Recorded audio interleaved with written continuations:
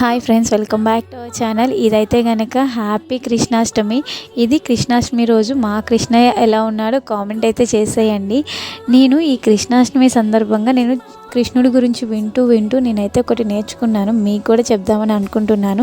ఎందుకంటే కృష్ణుడు ఎవరికి అన్యాయం చేశాడు? ఎవరికి అన్యాయం చేయలేదు. ఎవరికి మోసం ఏమైనా చేశాడా? ఎవరికి మోసం చేయలేదు. అంతా ధర్మ ప్రకారం ధర్మంలో నిలబడాలి, అలాగే నిజాయితీగా ఉండాలి అని చెప్పి మనందరికీ నేర్పించారు. అలాంటి భగవంతుడికే కొన్ని సందర్భాల్లో కష్టాలు అనేవి తప్పలేదు. కృష్ణుడు ఎవరికి ఏం అన్యాయం చేశాడని అన్ని కష్టాలు అనుభవించాడు. కృష్ణయ్య దాన్ని అనుభవించినన్ని కష్టాలు మనం ఎవరమైనా అనుభవిస్తున్నామా? మనం ఎవ్వరం అనుభవించట్లా.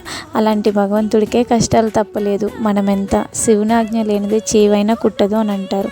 సో మనము మన లైఫ్లో ఏం జరిగినా అది ఆల్రెడీ మనకి రాసి ఉంటుంది. దాన్ని మనం ఎలా హ్యాండిల్ చేయగలము అనేది మాత్రమే మన చేతుల్లో ఉంటుంది. జరిగిన దానికి మన చేతుల్లో ఏమీ ఉండదు. ఇప్పుడు ఒకరి మీద ఒకరు నిందలు వేసుకొని ఎవరో చేసిన తప్పుల్ని ఇంకెవరినో నిందిస్తూ ఉన్నట్టే కృష్ణుడిని కూడా అలాగే నిందిస్తూ ఉన్నారు. ఎవరో చేసిన తప్పులకి కృష్ణుని నిందిస్తూ ఉన్నారు. సో మన లైఫ్లో కూడా అలాంటి వాళ్ళు ఉంటారు. చాలా జాగ్రత్తగా ఉండండి.